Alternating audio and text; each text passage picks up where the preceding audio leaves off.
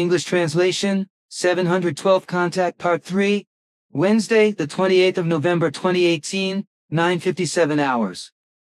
But then there are some other things to consider, which I will discuss with you privately.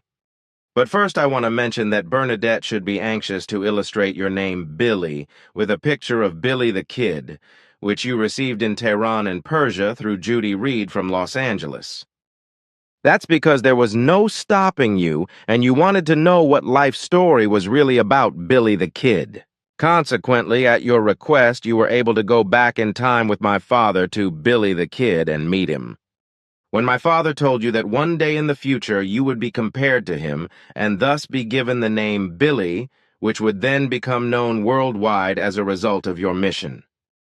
In principle, I have no objection to including the image of Billy the Kid in my biography, if it is explained that he was not the killer he was made out to be, because he was a completely different human being than he was falsely made out to be after his murder by the killer sheriff Patrick Floyd Jarvis Garrett, and by enemies and fans and know-it-alls, etc. And the whole thing is then made into a legend. And the whole thing was then also hyped up as a legend. He may have shot a human being in self-defense, who then died of the injury, but he was not a killer. He was a young man who acted only in self-defense and unintentionally shot a man armed with a knife, who wanted to stab him in the stomach in a scuffle. But you yourself know the story of Billy the Kid. So I think it is better if you tell it yourself as your father Twelfth described it, because he recorded everything very precisely in his annals, as you once said. Also important would be the gravestone, on the alleged grave of Billy the Kid, by which his fans are misled. I would like to do that, because I think that your objection is justified, but I only want to explain what is necessary, because the whole life story of Billy the Kid would lead too far, which is supposed to be largely known through exact traditions, but does not correspond to the truth, and therefore does not need to be shown in detail by me. Nevertheless, my elaboration will take some time, whereby I will also weave in repetitions, because in order to clarify everything even to a certain extent, some explanations are required. I will also not present what is to be explained in a logical manner according to the chronological sequence of events, as these correspond to my father's records, but simply as they occur to me in the course of the discussion. Contrary to the myths and legends surrounding William Henry McCarty, Billy the Kid, as his real name was, I must declare that the stories that were already circulating widely during his lifetime were, on the whole, pure lies and thus, already from the ground up, fundamentally false chronological falsifications and malicious slander, which were invented and contrived out of pure malice against Billy the Kid and which innocently degraded him to the status of a murderous criminal, or elevated him to the status of a hero even during his lifetime. When the so-called Wild West was settled by immigrants, it was an era of evil violence, complacency, and greed for land and wealth, for which not only criminal acts were part of the agenda, but also serious crimes up to and including murder. And such actions and deeds emanated from simple human beings immigrating from Europe and other countries, who settled in the Wild West and in villages and towns as citizens and, of course, also fathered offspring. Simple farmers as well as cattle breeders, so-called ranchers, with large herds of cattle also practiced violence in order to gain land, money, and wealth, whereby murder and manslaughter and cattle wars were also not uncommon, as well as corruption, criminality, and crime in administrations in all states, villages, and towns from which the simple and industrious populations had to suffer.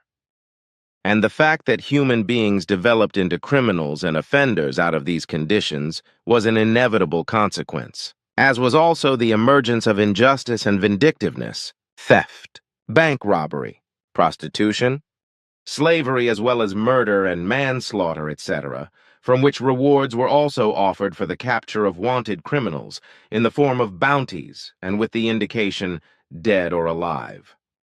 This attracted many conscienceless and money-hungry people who delighted in killing human beings, such as self-appointed lawmen, sheriffs and bounty hunters, or those hired by ranchers, village, and town councils to hunt down delinquents far and wide, bring them to justice, or simply shoot them in cold blood without delay. And that many of these hired or officially elected lawmen were nothing other than cold-blooded and passionate killers is also known from the generally well and truthfully documented stories of many gunslingers from the Wild West, such as Wild Bill Hickok, John Wesley Hardin, and Wyatt Earp, etc. Their stories, according to my father's fath, are based on very precise clarifications of correctness, as they were also recorded chronologically.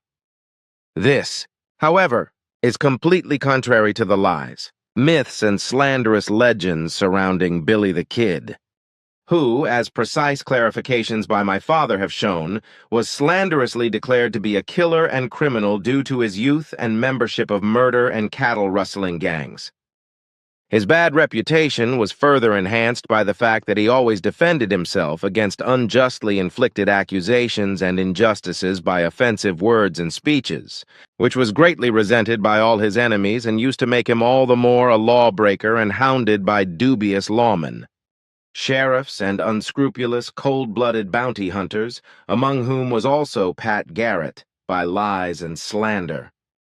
And that Patrick Floyd Jarvis Garrett had known and hated the young Billy the Kid for a long time and disliked him from the ground up on the one hand, but also because the boy was friends with Juanita Gutierrez, whom Garrett later married, no one knew, because to the contrary, Garrett spread the rumor that he was good friends with the young William McCarthy. So Pat Garrett was looking for a way to kill the boy in a legal manner, even before he was appointed sheriff in Lincoln County, New Mexico, and he indulged in bounty hunting. At a later date, Patrick Floyd Jarvis Garrett then went to Washington to seek reappointment to his appointed office. The then U.S. President Theodore Roosevelt then appointed him to the post of Collector of Customs in El Paso. But contrary to all the lies as spread at the time by Garrett himself, and also later by others and ever since, Garrett and Roosevelt were not friends in any way and were not even close acquaintances. Just as Pat Garrett spread this lie about his alleged friendship with Roosevelt, he did the same with regard to the killer stories which he attributed to Billy the Kid, and in doing so, as sheriff, also personally falsified various offices, etc. in their documents and written statements, etc. Or had his lying and slanderous truth-distorting distortions carried out by dishonest officials, etc., who were paid by him or bribed with money. In the meantime, when he was doing his dastardly, conniving and murderous business elsewhere than around Billy the Kid, he made a name for himself when he became a buffalo hunter, also murdering a hunting competitor named Joe Briscoe. In Fort Sumner, New Mexico, Garrett then married a young woman named Juanita Gutierrez, who was only a year older than Billy the Kid, with whom she maintained good friendship, but which greatly displeased her intensely jealous and suspicious husband, causing hostility and hatred to surge up in him. This woman, however, then died in childbirth, her death having been insidiously brought about by Garrett, who shortly before the birth had given her an apple pulp of small deadly apples of a manchineel tree. The reason for this was, on the one hand, his jealousy and her friendship with Billy the Kid, and, on the other hand, because in her 8th month of pregnancy she heard several times during his sleep the speeches he made in his dreams, and thereby betrayed himself to her concerning his secret of his murderousness and his intrigues and lying and slanderous machinations against Billy the Kid. And when she confronted her husband Pat Garrett and threatened to report her knowledge to the courts, she sealed her own fate, for he immediately decided for his own safety to kill her at the first opportunity.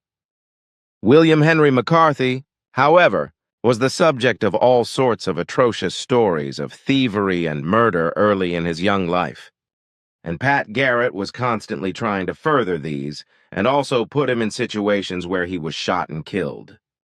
In this, Garrett not infrequently participated in a hidden and clandestine way in the background, practicing his deadly craft, and then blaming the murders he committed on the boy, as you are wont to say when someone does something which he then denies and claims that another person did it. Patrick Garrett took a wicked pleasure in sadistically torturing the boy morally and psychologically and acting this out in a dastardly, vile, mean, vile, and hurtful manner, and then murdering him when the opportunity arose.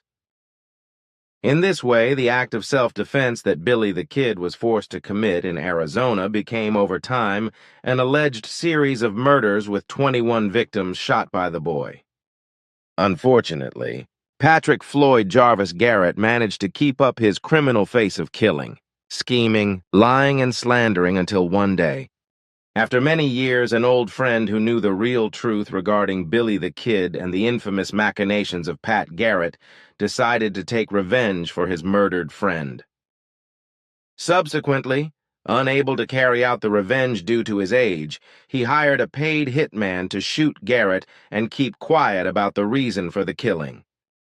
So I will now only state the true facts as they are listed in my father's annals and describe everything in relation to Billy the Kid and his acts of murder as they really were, and largely took place in a completely different way to how they were recorded chronologically and also falsified in legends. I will also begin my interpretation with the gravestone and the false grave.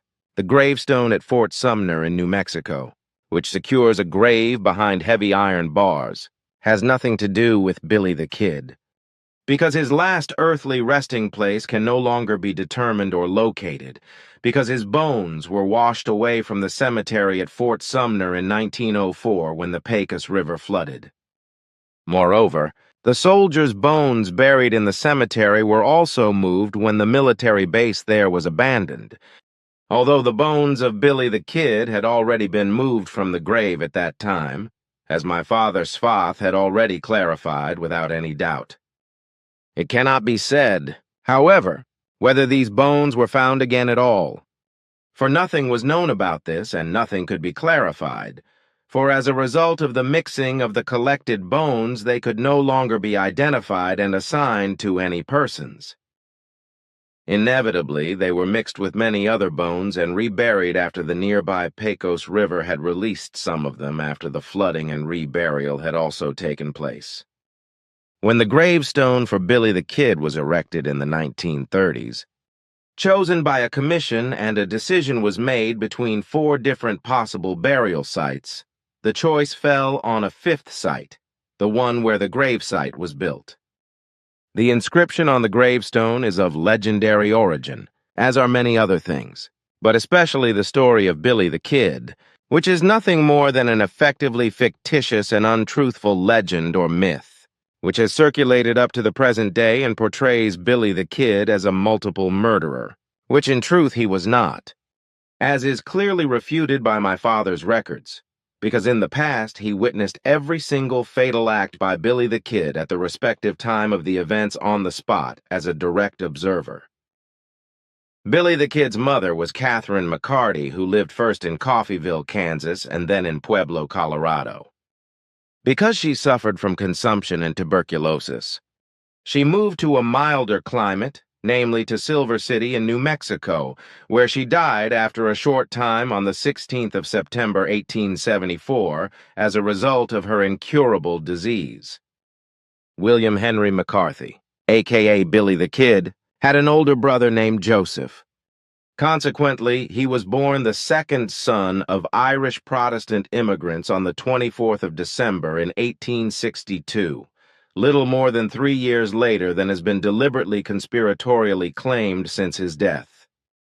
In truth, the correct date of birth was maliciously and purposefully falsified to the 23rd of September 1859 on the one hand and the 23rd of November 1859 on the other by underhand machinations of Sheriff Patrick Floyd Garrett. His reason for doing so was so that he, Garrett, could claim that he had not shot a minor regarding Billy the Kid, but a grown man who had been a multiple killer. But when he murdered him on the 14th of July, 1881, the boy was not 21, but only 18 and a half years old. But it was not only Sheriff Pat Garrett who falsified chronological records and spread lies and slander about Billy the Kid, because even after his murder, people continued to lie and slander. And the lying and slandering, as well as the creation of myths and legends, even reached a climax when two men came forward and mendaciously claimed that Billy the Kid had, in fact, because he and Sheriff Patrick Floyd Garrett had allegedly been best friends, not been murdered by Garrett, but had been spared by him and brought to safety. Both men claimed that they were, in fact, Billy the Kid, who had been spared by Pat Garrett, but who had really and actually been murdered with 2 shots from the killer sheriff's gun, as my father Svaf had witnessed observantly, and had also afterwards undoubtedly established the death of Billy the Kid. However, such lies, slanders, and allegations are not uncommon among Earth humans, as is also demonstrable in earthly human history, as for example with the Tsar's children, especially Anastasia and Alexei, who allegedly caused the murder of the Tsar's family on the 17th of July, 1918, in the course of the Russian Revolution.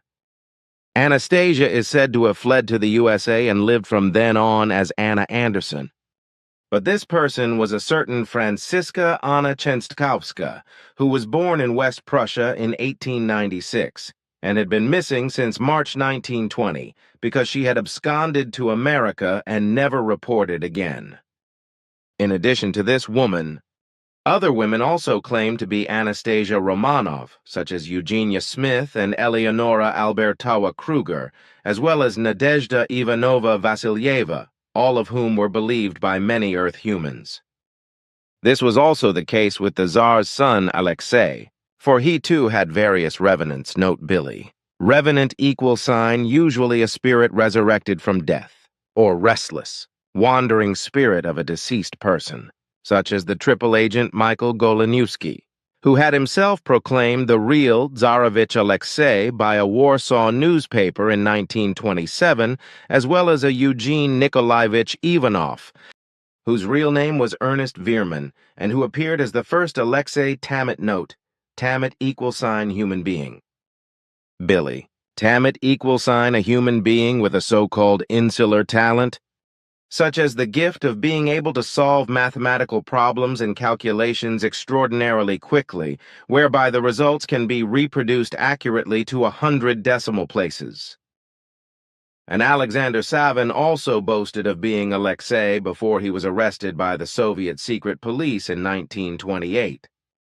Exactly such cases of reincarnation often occur among Earth humans, the best known being those in which religious sectarian backgrounds are the causes and Earth humans pose as revenants of their religious originators or their emissaries, etc., and allow themselves to be worshipped by their believers. And this is the case with all religions, as you know, whereby a great deal of stupidity, delusion, and lack of understanding, as well as ignorance, is involved in all of them. And the revenants have no idea whatsoever that a reincarnation is absolutely impossible according to their meaning. Only those Earth humans who consciously pretend to be revenants in a deceptive way, and thus not in a religiously delusional way, are actually aware of their deception, whereas the kind of religious revenants are usually addicted to delusion up to forms of schizophrenia. But now I have digressed. For with regard to the 2 revenants mentioned in relation to Billy the Kid, their names are still to be mentioned, such as a certain Ollie Partridge William Roberts, also called Brushy Billy, who died in Hiko, Texas on the 27th of December 1950, as well as a certain John Miller, who ultimately died in Prescott, Arizona on the 7th of November 1937, and was buried in Pioneer Home Cemetery. So in the course of time, these 2 persons claimed that they were in fact Billy the Kid and had not been shot by Sheriff Patrick Floyd Garrett because he had been their best friend and had therefore let them go, so that instead of burying them or their body, he had buried that of a strange young man and collected the bounty. What is further listed in my father's annals refers to the fact that Billy the Kid later gave himself other names, such as William Henry Bonney, although he rarely called himself William Antrim, after his stepfather, William Henry Antrim, whom his mother married because her husband had been killed in the Civil War.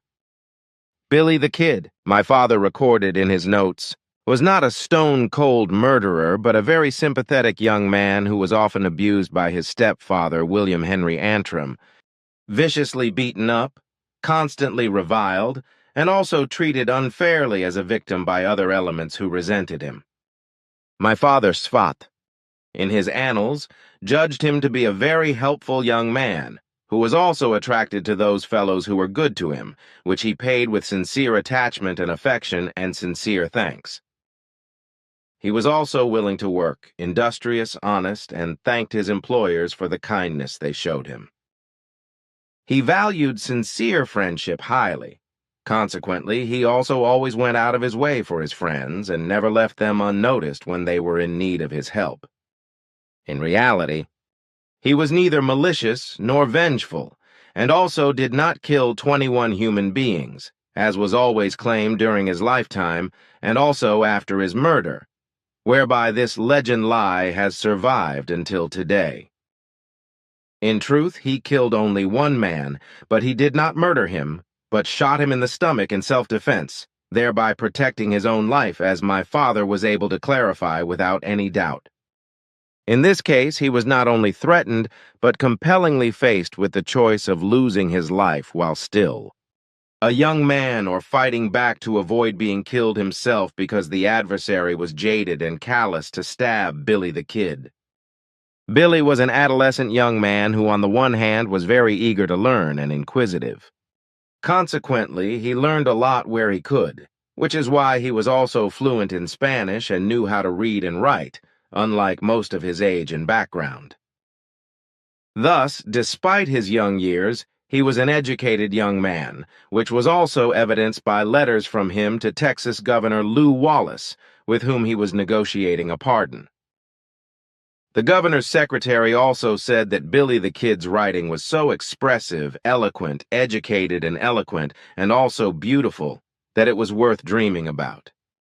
He also told a friend that this boy could have become something great if, on the one hand, he had been able to remain in his mother's care and had not been exposed in his youth to a violent, crude, and criminal world, and, above all, if he had not been innocently persecuted, hunted by criminal sheriffs, and murdered by Pat Garrett, whom he knew with certainty to be nothing other than a passionate killer.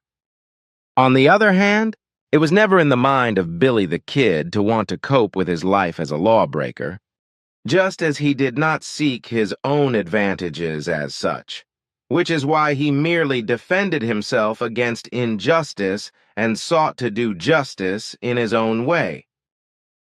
And because he was attacked several times and others were willing to kill him, it unfortunately happened that he had to defend his life and defend it in self-defense in a deadly way. This, however, was exactly the opposite of what all those who represented the law or were otherwise on its side, but who in truth were themselves more inclined to crime and criminality than to honesty and correct citizenship, were striving for. And it was these who criminalized Billy the Kid and discriminated against him as a criminal and killer, and ensured that he was pursued and hunted by lawmen who were often in truth nothing more than bounty hunters or bounty killers and made a lot of money with their bloody trade. This, while others admired Billy the Kid, exalted him and tried to make him into something better than he really was on the one hand, and on the other hand did not want to be through exaggerated praise, undeserved emphasis, and undue importance, giving him undue value. With regard to all the many murders attributed to him, it was the case that these were imputed to him on the basis of his repeated escapes from the law, which, however, were really only based on pure suspicions and could, of course, never be proven against him. He was also subsequently convicted in absentia as a murderer on the 17th of August, 1877. With regard to his involvement in criminal gangs, etc., he was never one of those gang members who murdered, for he always refrained from doing so and only acted as if he were shooting at human beings, although in truth he only shot into the air without exception in such actions. As my father Twelfth was able to ascertain for himself with absolute clarity when he observed every single case at the respective places of the events and checked everything. The fact is that in the autumn of 1871 at Fort Grant in Arizona, in the George Adkins saloon, where he called himself Henry Antrim, he severely wounded with a revolver shot a local blacksmith named Frank Windy Cahill, who had immigrated from Galway, Ireland, because he was involved in a brawl with him and the latter wanted to stab him. This was the first man Billy the Kid shot down when he was still a minor, which was also officially confirmed, and it was also the last and only man to be killed by him.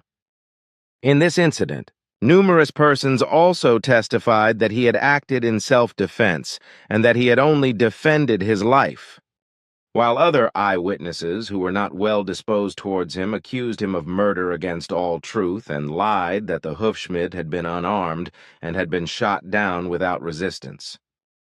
However, when my father Twelfth, in retrospect or in the past, personally observed the incident, he realized the truth and that the blacksmith was very much armed and was about to plunge a large knife into the stomach of Billy the Kid, also shouting that he was going to kill him. To this my father wrote that when the blacksmith was about to bring his raised and knife-armed fist down on the boy lying on the ground, whom he had already knocked to the ground and who was lying defenseless on the ground, he shouted, "Now, you dog, I'll stab you, note Billy, =, now, you dog, I'll stab you." This, of course, struck fear into the boy and caused him, as if in a trance of self-preservation, to reach for his revolver, which he carried in his waistband, and shoot the man in the stomach. The knife thrust by the man against him would indeed have been fatal, and therefore not only life-threatening, as my father was able to judge after a precise clarification, as his records also clearly show, as well, that the eyewitnesses, who were friends of the blacksmith, concealed this dangerous knife attack of the blacksmith and also removed the knife, in order to then accuse Billy the Kid of murder with lies and false statements, who could not do anything against the brawny man and against whose knife thrust he would have had no chance of survival.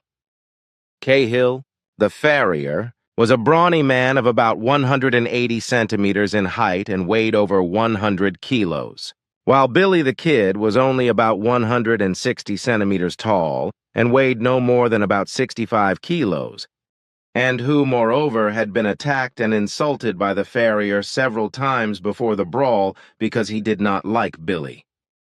On this momentous day, however, Cahill knocked Billy the Kid to the ground and called him a pimp and the son of a whore and a slut because he was dressed not like a native or a cowboy, but like a city slicker. The vicious name-calling set the boy on fire, so he also called the blacksmith names and called him Dog Son, who then attacked Billy, kicked and punched him violently, resulting in a fight, which led to the dangerous knife attack by Cahill, which resulted in the latter being severely shot in the stomach, which later proved fatal for him in hospital.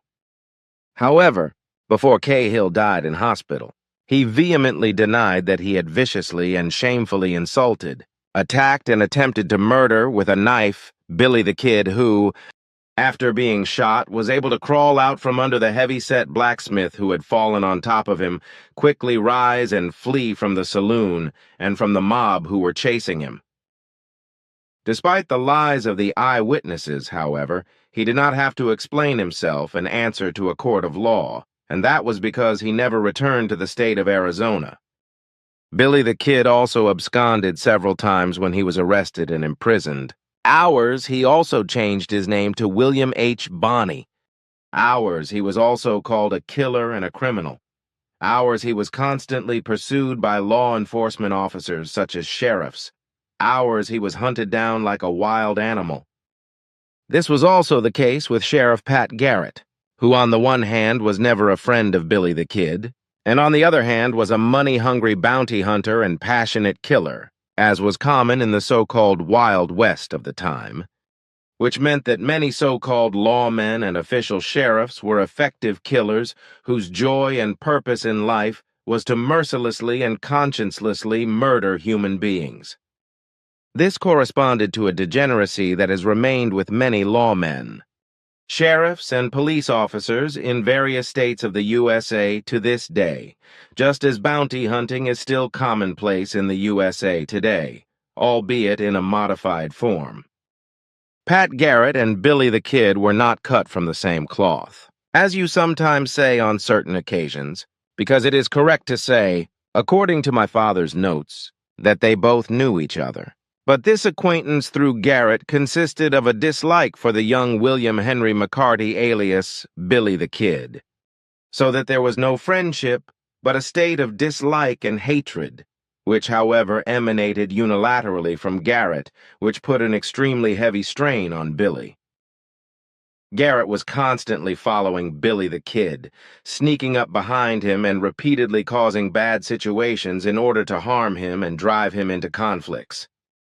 This also happened after Pat Garrett became Lincoln County Sheriff in 1880, and he hunted him down mercilessly, after which the boy fled to Mexico but soon returned, after which Patrick Floyd Garrett arrested him once again, this time with witnesses present so he could not just shoot him without fighting back.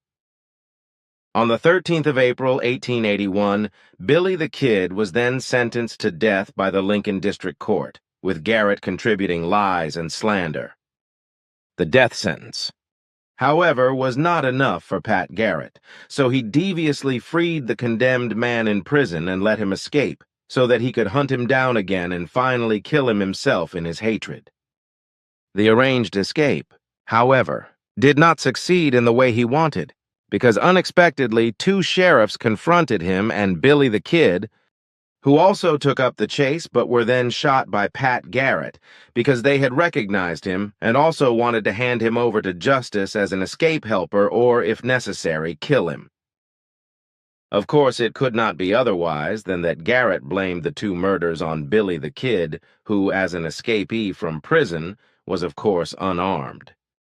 And also this time the escape of William Henry McCarty led to Mexico, where he was murdered by Garrett on the 15th of July, 1881 with 2 shots in the back, which he boasted about afterwards and declared publicly that he had shot him without warning, namely when Billy the Kid left his bedroom unarmed and half-dressed to get something to drink. The lust for murder and the joy of murder early in Pat Garrett's life also resulted in the fact that he not only shot Billy the Kid without warning, but also 2 other men before him, whom he had supposedly mistaken for Billy and collected a bounty on, but buried them himself.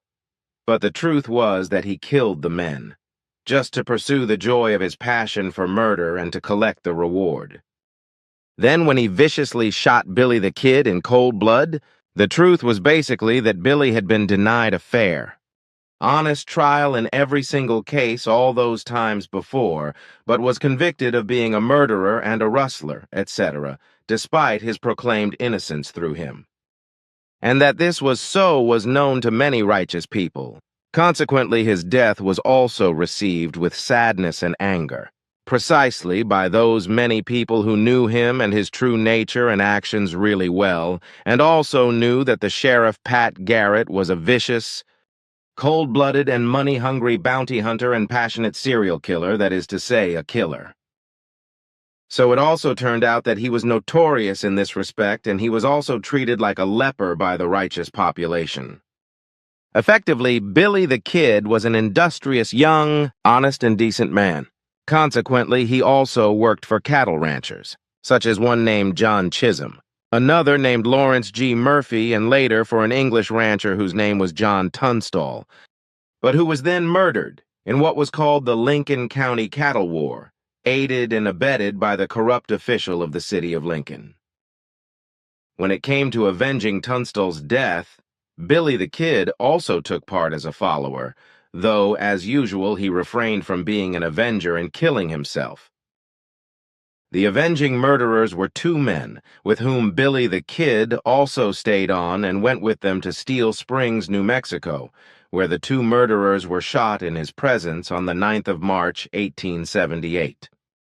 He was only involved as a follower without any personal involvement, as in all other cases in which he was slanderously accused of involvement in murders. And this was also the case when the corrupt Sheriff William Brady and his deputy and assistant George Hindman were shot in Lincoln on the 1st of April, 1878, after they had been lured into an ambush. Also, when a man named Buckshot Roberts was killed in a shootout at Blazer's Mill on the 4th of April, Billy the Kid was present. But as always before, he was as uninvolved in the man's death as he was in the deaths of other human beings in the decisive battle of the Lincoln County War from the 15th to 19th of July, 1878. As always, he had only fired blindly into the air to keep up the pretense of also killing, in order to maintain comradeship with the gang members and to be seen as an equal. In return, however, the reward of certain public figures was that he became more and more known as a conscienceless gunman and killer, and was thus hounded all over the country by killer-happy and money-hungry lawmen, sheriffs, and bounty hunters.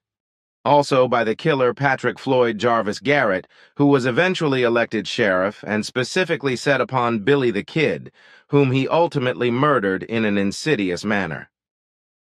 Pat Garrett himself was also later murdered on the 28th of February, 1908, near Las Cruces, New Mexico, by a hired killer named Jesse Wayne Brazel. Finally, it is important to note that Billy the Kid was a young man who was often abused and argued with by his stepfather, which led him to learn to play cards in saloons at an early age, where he also had to defend himself against a blacksmith who tried to stab him.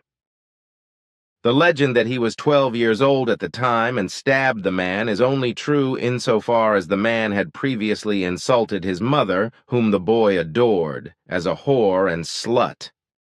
On the one hand, he was already 15 years old at the time, on the 17th of August, 1877, and on the other hand, he had not stabbed the blacksmith but shot him in the stomach in self-defense, after which he died in a hospital. Billy the Kid was actually constantly on the run until his violent death, but not so involved in shootings that he would have had to kill. He also saved settler families from Indians, joined gangs without ever killing any other human beings, also stole cattle because he was not paid his due wages for the work he had done and was therefore innocently sentenced to death. The last time he escaped from prison with the help of his nemesis, Sheriff Pat Garrett, the latter finally used the opportunity to shoot him in an underhanded manner. How the whole thing happened was described in detail by the murderer himself in a book, because he wrote that Billy the Kid stepped out of the room of his Mexican mistress, Celsa Gutierrez, to go over to the house of his friend Pete Maxwell to get something there. As he did so, he had dimly spotted two figures on the veranda and asked in Spanish, which he knew well, ¿Quién es? ¿Quién es? Note =, who is there? But there was only his assassin waiting and lurking, who struck him down with 2 shots, killing him. After all the very accurate clarifications made by my father Svath, not many bodies went to the account of Billy the Kid, but only the blacksmith Frank Windy Cahill, whom he effectively shot in self-defense. This was clearly clarified by my father. However, tall tales and tall legends speak of 21 human beings whom he is said to have killed, while others assume 9, but 4 others are said to be genuine and given, 2 of which are said to have been acts of self-defense. But none of this corresponds to the truth, because in the life of Billy the Kid, according to my father's extremely precise clarifications, only 1 human being was killed by him, namely the blacksmith. It is therefore clear that all the stories that have been told since the death of William Henry McCarthy and have become legend are in fact untrue. Lies, fictions, and fantasy, the only thing that is certain being that the young man Billy the Kid was already made into a legend during his lifetime, and then even more so after his death.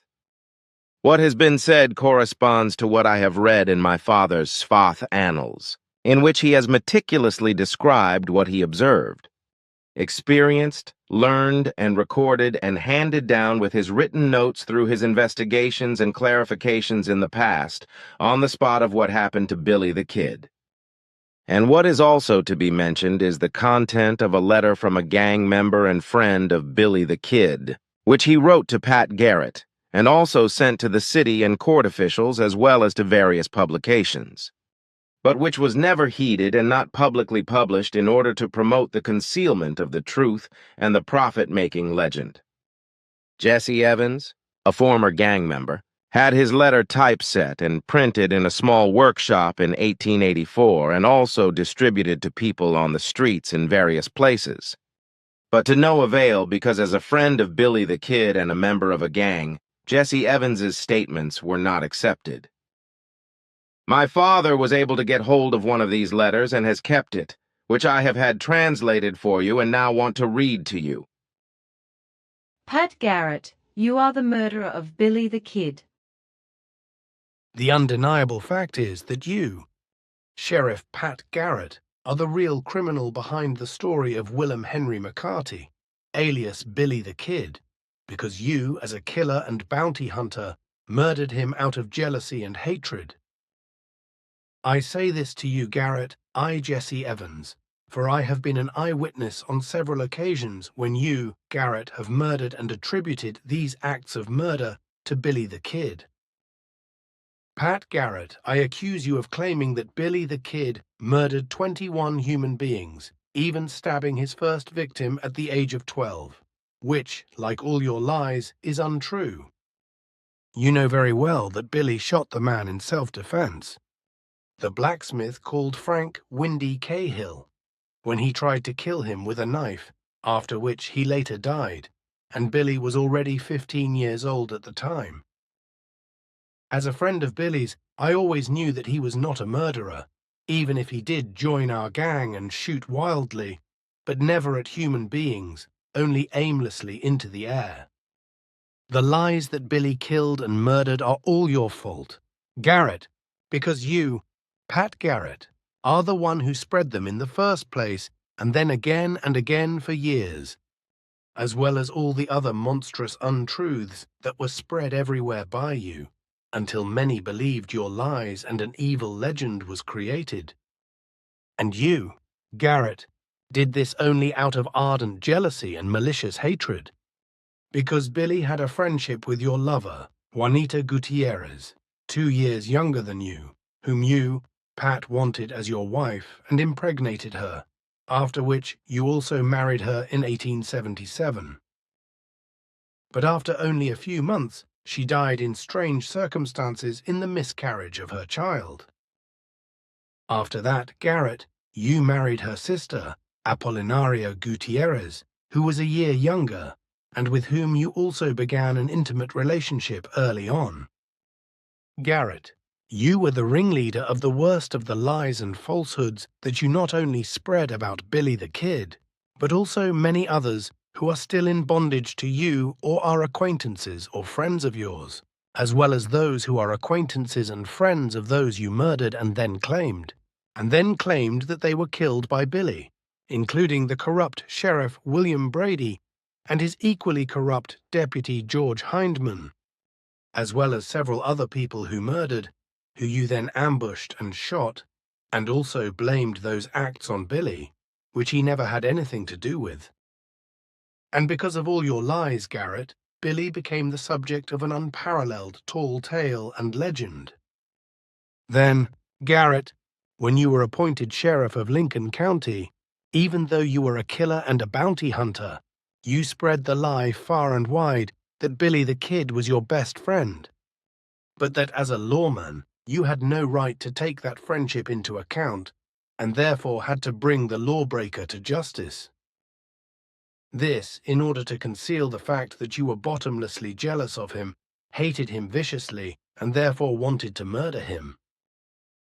Therefore you, Garrett, discredited him more and more as an outlaw and murderer, and did everything to be able to shoot him in self-defense one day. Then, when you were appointed sheriff and set upon Billy, your aspirations were fulfilled, for you were now able to kill him legally. and knowing that Billy was not yet an adult, but still a boy, you claimed that he was older and already an adult.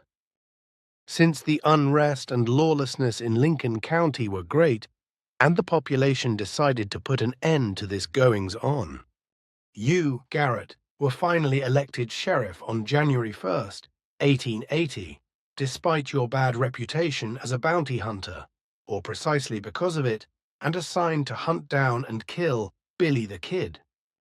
By then, several other lawmen of your ilk had attempted this, who were also, like yourself, Garrett, lawmen, only by virtue of the sheriff's badge, but in reality were killers and bounty hunters who murdered far and wide. So you, Garrett, hunted Billy until you finally, when he was completely unarmed and drunk asleep, murdered him with 2 shots on the 14th of July, 1881, which I can testify to because I witnessed it myself, but had to flee because you had your personal killer dogs, devoted to you, posted all around, and you were also after me and wanted to kill me as well. But since the killing of a boy who has not yet grown up does not conform to our laws of the land but is tantamount to outright murder, you, Garrett, began with a glorification of your nefarious deed to Billy. You did not want to be seen as a conscienceless, vile, reprehensible, and unscrupulous murderer of your alleged friend, which is why you, Garrett, spread the lie that Billy was armed. But with that and many other lies, you, Garrett, caused even worse stories about Billy to be circulated and ultimately 21 murders to be blamed on him, for which were never held accountable, which is why I will take revenge on you for your murder of Billy. And if I cannot do it myself, then sooner or later I will find and pay someone to judge you, you murderer of my friend Billy, and bring justice. But apart from that, the fact is that you still claim and lie today that you shot your supposed best friend in self-defense because he was a multiple horrible murderer, and as a lawman, you were compelled to kill him because he pointed his gun at you, Garrett, and supposedly wanted to shoot you. But Billy would never have done that because he was not a murderer. Thus, with this vile lie, you, Garrett, believed that his murder would not look like a ruthless and cold-blooded act, which it was, as I observed for myself. You, Garrett, years before the murder of my friend Billy, whose name was William Henry McCarty, spread outrageous false accusations against him, accusing him of multiple murders, which he was never guilty of, but which you actually committed yourself. This led to further legends about the number of alleged murders around him, which you, Garrett, have raised to a total of 21, and Billy is therefore supposed to have killed so many human beings, which he never did. But how malicious and brazen you are, Garrett, and how you spread these and other lies and untruths about Billy and imputed wicked monstrosities to him, and thereby destroyed his young life, is also shown by the lies that have been spread and written about him since his murder by you. Also, that Billy was born on the 23rd of November, 1859, is nothing but a lie, for he was born on the 24th of December, 1862, as his mother once told me in person. The 23rd of November, 1859, however, was only chosen by you, Garrett, because Billy would then already have been 21 years old at the time of his murder, and otherwise it would have become known that you had shot an 18-year-old, and that you, Garrett, had known this. Again, I say that Billy, to whom you, Garrett, yourself gave the name Billy the Kid early on, was not a murderer.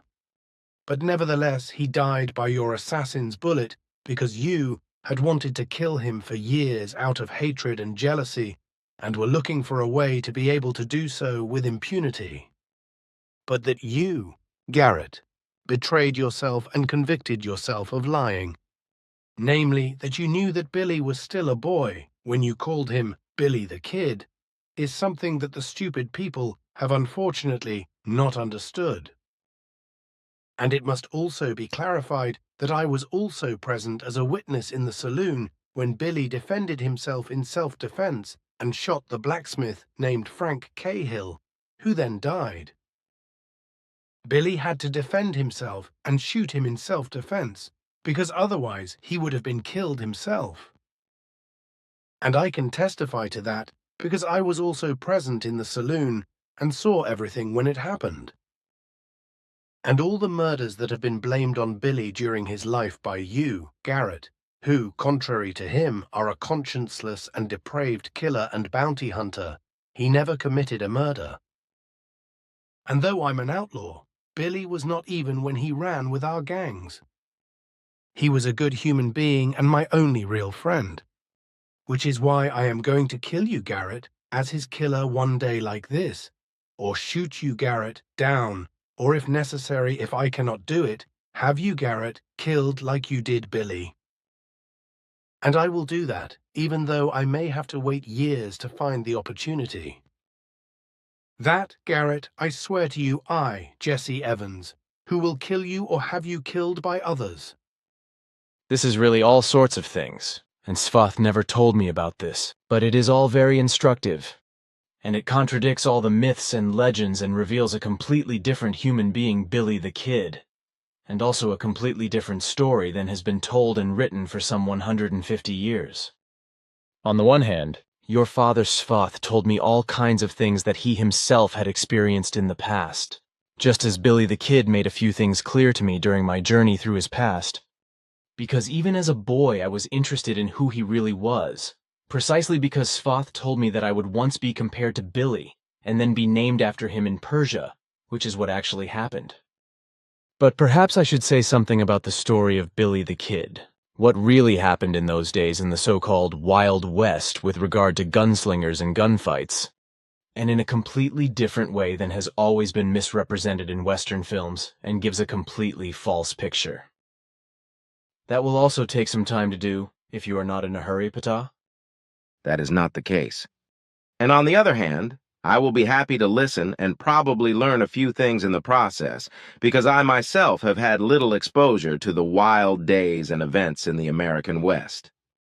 However, I would now like to suggest to Bernadette that she include in your biography the circumstances of how your surname Billy came about, as well as a page-perfect overall image of Billy the Kid, which was created in 1879 as a ferrotype, which was a common direct positive process in the 19th century to produce a photograph, the only one that could be made by a photographer at the time and which is still distributed page-perfect today.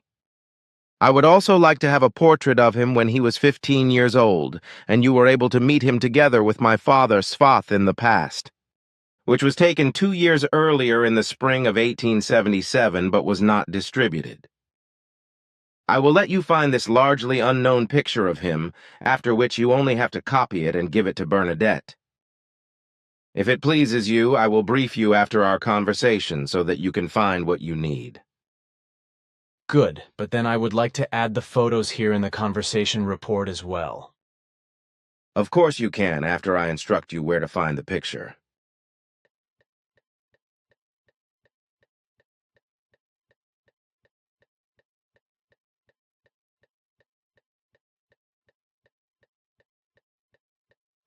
I am a bit surprised because despite the many years since Svath took me back in time to Billy, I still remember his face very well. But because of that, maybe you can also learn something from what I want to say. That can be because I knew that we will talk about Billy the Kid today. I looked around and found something on the internet to correct some things that are always misrepresented. However, in the following Wikipedia excerpt that I found, there is something that is not true with regard to the alleged murders, the person and the behavior, etc. concerning Billy the Kid. Also, the truth about gunslingers is not the way they are portrayed. For example, in Wild West novels and in films, which is why I will cite the following, which I found on the internet regarding gunslinger, who is called gunman and gunfighter in English. Wikipedia excerpt. According to the Random House Historical Dictionary of American Slang, the term first appeared in the 1928 novel Whispering Range by Ernest Haycox. It was soon adopted by other Western writers and became a common term.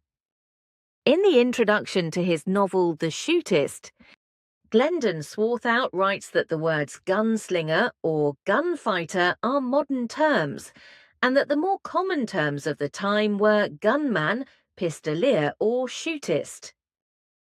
Swarthout was right about the term gunslinger. However, the term gunfighter was already used by Bat Masterson in the newspaper articles he wrote about his experiences in the Wild West. The term hero in this case does not have to correspond to the general understanding of a hero. It is primarily about admiration of a person's skill with a gun, which often became a myth. The brutality involved in the gunfighter's deeds usually recedes into the background. This gave rise to stories and anecdotes about these persons, which are often disputed and usually no longer verifiable. In the early 19th century, human beings were driven to the west of the USA to open up new territories. In order to be able to defend themselves against wild animals and bandits, it soon became common to carry not only a rifle, but also a more compact handgun. After the further development of the revolver by Samuel Colt in 1835 and 1836, and its successful mass production in the 1840s to 1860s, many of the Westerners were soon equipped with a revolver. After the War of Secession, there was quite a high density of revolvers among the American population. A number of legends became famous during this period: Wyatt Earp, Wild Bill Hickok, John Wesley Hardin, or Jesse James. During the range wars in the 1870s and 1880s, many men were involved in bloody disputes over grazing land as employees of a ranch. It was either those who killed on commission or cowboys who became criminals in these turmoils. Note Billy. The following scare legend corresponds to lies and slander. A good example here is Billy the Kid. Originally involved in the Lincoln County Range War, he quite soon became a cold-blooded rustler and murderer. A gunslinger, then, could be an outlaw, a bandit, or a murderer who used the largely unsettled lands of the Wild West to hide out, and from where he regularly carried out raids on the population. Opposing these criminals were the men of the law, like Pat Garrett and Wyatt Earp. Some of them legitimately represented the law as sheriffs or marshals. Others acted as bounty hunters, whose job it was to apprehend the outlaws and either kill them or bring them to justice. These men defended the law on their own or reinterpreted it themselves, either out of revenge or because of their own sense of justice, thus practicing vigilantism cf. Vigilantism. Gunfighters often appeared in connection with the profession of cowboy. The long and hard-working day led to cowboys partying boisterously in the towns and quickly getting into dangerous situations. Not infrequently, shootings were the result. Later, the enthusiasm around the myth of the gunslinger developed into sport shooters who demonstrated their skills with the gun in front of an audience. In Wild West films, a false and dramatized image of the gunslinger is often drawn. Basically, the portrayal in Western films or Western novels is wrong, that the gunslingers often carried their weapon in a holster on a belt that sat low on their hips, so that they could draw the weapon quickly and in a fluid motion. The holsters were usually very plain. Some had receptacles for extra cartridges. They were usually worn at normal belt height. In addition, the so-called cross draw was also preferred by many. The revolver is carried with the grip facing forward on the opposite side of the shooting hand. A right-handed person pulls the weapon out of the holster from left to right. The advantage of this approach was a quick and safe drawing of the weapon, also with a longer barrel. James Butler Wild Bill Hickok carried his weapons in this way. However, he drew his weapons, 2 engraved Colt mod. 1851, navy with ivory grips, not in the cross draw but in the twist. The firing hand is turned with the outer surface inwards. The hand is brought very close to the body to the weapon on the same side of the body. That is to say, between the side of the body and the grip of the weapon, with the elbow sticking out very far, and brought forward by a forward movement in which the weapon is turned, at the same time placing the thumb on the hammer and thus also cocking the weapon at the same time. The advantage of this method was that one had the weapon at eye level for aiming. This is also the case with the cross-draw, but it is very difficult to cross-draw 2 weapons at the same time. Wild Bill Hickok, however, often drew both weapons. In the Western films of the 1950s and 1960s, all the actors carry a peacemaker, the Colt Single Action Army. This weapon, produced from 1873 onwards, was very popular, but did not have the widespread use one might think. Due to the high price for the time, many of the gunslingers used their old percussion revolvers from the Civil War. Some had the muzzle-loading revolvers converted to breech loaders, bored-through drum, modified hammer, removal of the loading press and attachment of a case ejector. This was still far cheaper than buying a new gun. Often the barrel of the old models, which was about 20 centimeters long, was shortened. Also, Colt's Peacemaker, originally only available with a barrel length of 19 centimeters, was later supplied as standard with barrels of 14 or 12 centimeters. Of course, carrying the revolver was sometimes intended to attract attention. For example, Curly Bill Brocious, who made life difficult for Wyatt Earp, was a cowboy who knew how to dress up. It is said that he carried his revolvers in a holster with silver ornaments. Equally remarkable was Jesse James, who carried up to 6 revolvers at a time. In addition to 1 or more revolvers, the equipment often included knives and sometimes pocket pistols, derringers, as well as rifles for shooting at long distances. What distinguished a gunfighter from other human beings at that time was the willingness to fight a conflict with the weapon, the ruthlessness to kill someone, the skillful handling of the weapon quick draw, and also marksmanship, and a certain myth that built up around the person.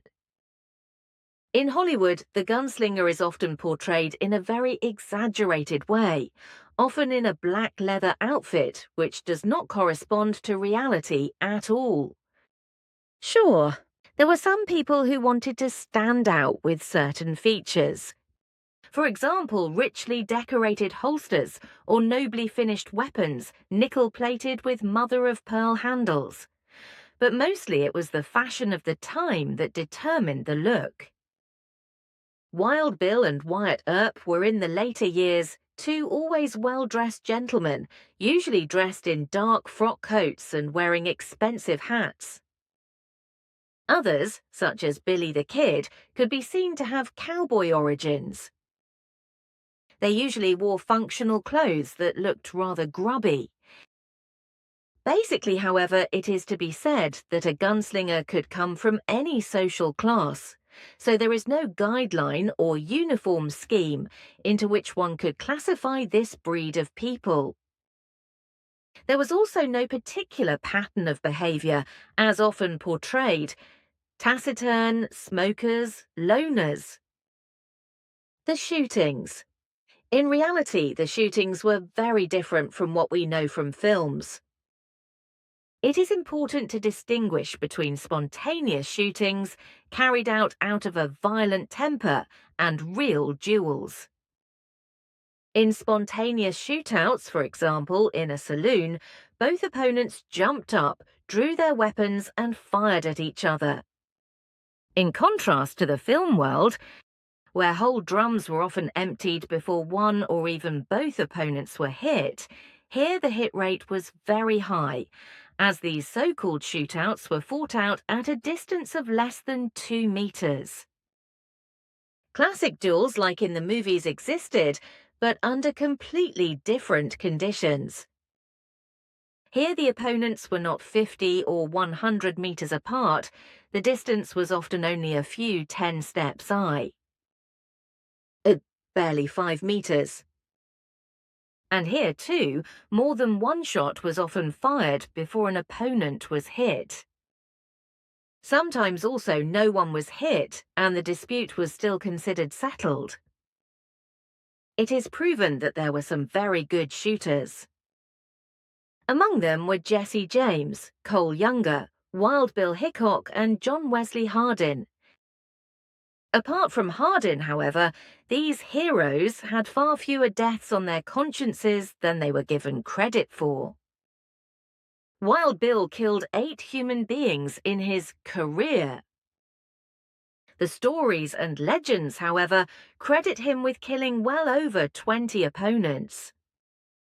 Wyatt Earp, in his role as Marshal, preferred to knock out his opponents with his revolver rather than start a gunfight. Well-known historical gunslingers: Clay Allison, 1840 to 1887, Butch Cassidy, 1866, probably 1908, the Dalton brothers Wyatt. Earp, 1848 to 1929, Wild Bill Hickok, 1837 to 1876, Doc Holliday, 1851 or 1852, to 1887, Jesse James, 1847 to 1882, Cole Younger, 1844 to 1916, Bat Masterson, 1853 to 1921, Johnny Ringo, 1850 to 1882, Sundance Kid 1867, probably 1908, Dallas Studenmeyer, 1845 to 1882. So that is the excerpt from Wikipedia, to which I have nothing more to say on my own, although I now have the following question, which was put to me some time ago and which concerns the following. Question: how does it now relate to the 194th contact on the 15th of June, 1984? The following is to be said about this. Probably in the year 2029 there will be a comprehensive withdrawal of all of us Pleiaren, after which only sporadic observations of events on Earth will be made. As a result of the disinterest of Earth humans, caused by the enormous religious sectarianism and the false traditions as well as lies and slander integrated into it, it has unfortunately not come to the comprehensive success in all conceivable directions, despite great efforts, which was striven for by the level Arahat Athar Sata. And this is because various human beings on Earth, who should have honestly stood up for the mission, have been guilty of deceit, falsehood, personal failure, hegemonic behavior, arrogance, dishonesty, selfishness, egoism, egocentrism, dogmatism, and betrayal, etc., which have prevented the extensive heavy missionary work from being carried out to the extent that it should have been. Too much has gone wrong, as a result of which the Arahat Athar Sata level has made changes in the current missionary measures and issued new regulations, which we are not yet fully aware of and therefore also do not yet know what will effectively result. The only thing that is certain so far is that we Pleiaren will withdraw from Earth and will not continue our efforts to help Earth humanity, who have degenerated to a great extent.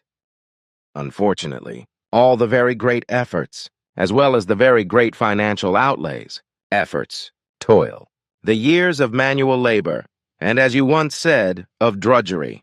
The stress and the whole tremendous manifold effort have not had a stunning effect, but it has brought such great successes worldwide that many Earth humans have gained a great deal of benefit from it, because on the one hand they have found the way to a correct, healthy and valuable way of life and to a pleasant human existence, as well as a reconciliation with themselves, with life, with their families, with their fellow human beings, and with the whole environment. On the other hand, through the teaching of the truth, teaching of the Spirit, teaching of the life, and all your spiritual teaching-related works, a considerable number of psychologically and depressively ill people worldwide have also found their way back into healthy thought-feeling psychological behavior and have also prevented many suicides. The majority of Earth humans, however, is unfortunately so caught up in delusional religious belief and sectarianism that it is struck abysmally by fear and does not dare in the slightest way to have even a hint of a thought that would be directed against its delusion of faith. Because in bondage to religious delusion, it is believed that even the smallest and not even perceptible, tiniest nuance of a breath regarding a faith-free thought would bring about the most severe divine punishment. Then something else. Have Yanarara and Zafanatpaniach still not figured out anything regarding the alien and inexplicable tampering with my computer and the associated Zulaide wizardry? Actually, I've been expecting them for a long time, but they have not come so far. That's what I wanted to tell you about today, because they have now clearly and unequivocally established that all the extraneous influences penetrating your computer are not via the electrical energy network, nor via the light wave network, nor via detectable electromagnetic radio oscillations, nor via light oscillations, nor via any other technically generated electromagnetic oscillations. Thought I, consequently it can only be such as we have long suspected, namely through which we should not call openly. Otherwise, we shall be declared mad. Which I think you're right about. Exactly. And besides, in the last few days I've had my computer messed with again, half a time sign deleted, all my files thrown in the trash, and also made it impossible for me to write anymore. And the latest work is what you see here, which was conjured up for me on a page of that time sign that had been deleted. Voce blasphema, porco sugera nos te matamos. Piero tried to translate the whole thing into German, which he also managed with the help of Erica, because her mother tongue is Portuguese. In the end, however, it turned out that the writing was composed of Portuguese as well as Italian and Serbian words and meant, "You blasphemer, dirty pig, we'll kill you." So it is a death threat conjured into my computer. The whole thing is getting more and more levelly and, as you say in each case, primitive. However, these energies and their forces that are responsible for this are dangerous and influence faith-sectarian Earth humans who, in their delusion of faith, may again feel called upon by these energies and forces to carry out attacks against your life again, as has already happened 23 times, whereby several core group members were also endangered. When it is considered by what means these energies and forces are built up, which dominate all those earthlings who are as bondmen, prisoners and slaves of their delusional sectarianism, then it is also to be understood that as God delusionists they have virtually no chance of ever forming a self-created opinion with regard to natural creative reality and its truth. Religious sectarian faith is an erroneous, stupid, and unrealistic illusion related to reality and its truth, just as it is a speculation on miracles and the bringing of salvation, and thus on something for which the human being lacks in every respect a plausible explanation that is capable of understanding and reason. Every religious belief effectively corresponds to an empty, speculative, and unrealizable hope that lacks reason, which, like a poisonous drug, prevents all senses and, from a cognitive psychological point of view, all perception, truth, cognition, and knowledge, and consequently, no reality, and truth-related information processing can take place. Through every religious sect belief, the mental ability of the conscious, the unconscious and the subconscious is extinguished, as well as the ability to form and use rational thoughts and feelings, whereby no optimal intelligent use can come about. It is also impossible for intellect, rationality, and intelligentum to be addressed at all, so that it is not even remotely possible to achieve personal success and a goal of inner peace, inner freedom, justice, contentment, serenity, motivation, victory, real and honest love, or true humanity. Every religious sectarian belief lets the human being fall almost hopelessly into a bondage-like dependency, which equally acts like an addictive drug and absolutely pathological, that is to say, pathological, and serves the human being as a distraction, as this is equally in relation to the pathological use with the electronic digital technology, with regard to the smartphones, applications in the today's abused cyber technology, that is to say, the cybernetically created virtual world or reality, that is to say, illusory world, which in the future will also be followed by the biotechnologies. Your explanations are absolutely correct, to which I must say that it is very good that you only go public with your explanations through your writings and not directly personally verbally. So also with regard to our conversations, because publicly saying anything would possibly provoke nasty attacks against you from fanatical advocates of the techniques you mentioned. I know that. And that would also be the case if I were to call religions and their sects what they really are on the street or through the public media, such as people's dulling agents, to which only human beings who are weak in intellect, rationality, and intelligentum can fall prey. And if I say this, or would also say it in public through the media or lectures, then it will not and cannot be understood that I am not attacking the believers as human beings with my explanations, statements, and words, but only their obedient religious sectarian delusion, which is wrong in every case. In principle, I also regard religious delusionists as nothing other than human beings, and I treat and respect them as such, whereby I am also happy to assist and help them according to my possibilities. Despite their belief in God, if they cannot help themselves, are somehow in need or are not capable of self-opinion or self-decision, I am also always happy to bring the effective truth to believers, if this is desired, and to show them the path they can take if they are willing to free themselves from their delusion of faith, although they must then take the first step themselves, which on the one hand is very difficult, but on the other hand is unavoidable, because in this relationship too, the first step must be taken alone, as is the case with every path that wants to be taken. But speaking of treading the path, it occurs to me that on my way in, Langenzingen behind the Horrigenwald on my 6th birthday, I thought up a saying that Bernadette would like to have for my biography. But unfortunately I no longer know the exact wording, which is why I also asked you about it, so that you could look it up in Svath's records. I did that and also found what I was looking for. The aphorism was listed as follows. One can always ask in everything if you are not afraid of the answer. Langenzingen, Horagenwald.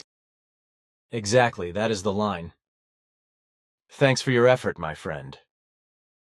You said the other day that the U.S. had the most serial killers in the world, to which I think this is not surprising, because U.S. America has a culture that is completely oversaturated with media. And this results from the public media and various crazy religious sects with insane and blatant delusions of God, and from constantly delving into the Bible or quoting the faith, as well as from media oversaturation in terms of entertainment flooding the human senses through media.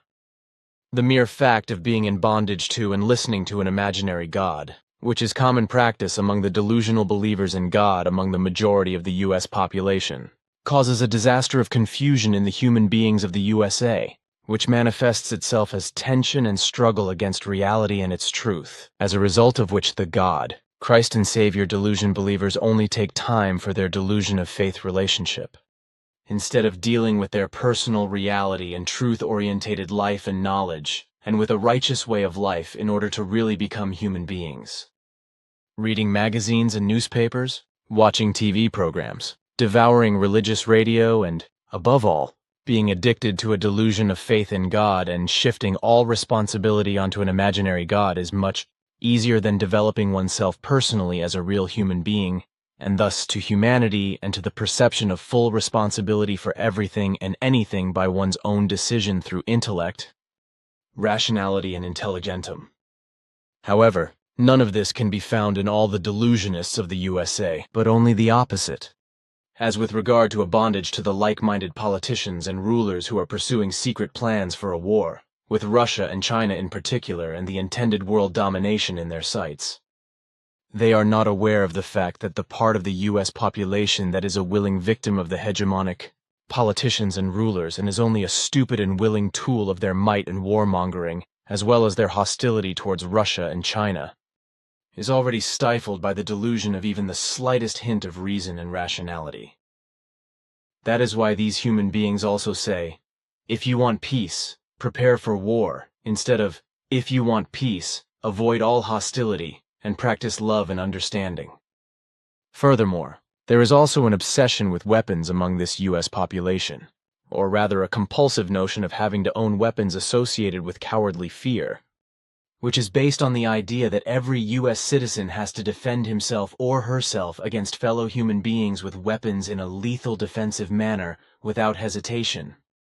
However, if the entire behavior in this regard is considered and analyzed, then it becomes apparent that in these human beings a mental overload syndrome keeps their entire behavioral apparatus in this regard running and continuously causes a chronic exceeding of their psychological and mental stress tolerance, which, however, due to their deeply rooted delusion of God and the resulting irresponsibility, can neither be recognized nor understood, and therefore also not controlled. What you say is what is real, but as you have just heard, I have been called to pursue an important matter. So you must go back to your workroom, and I must go my way. What must be then.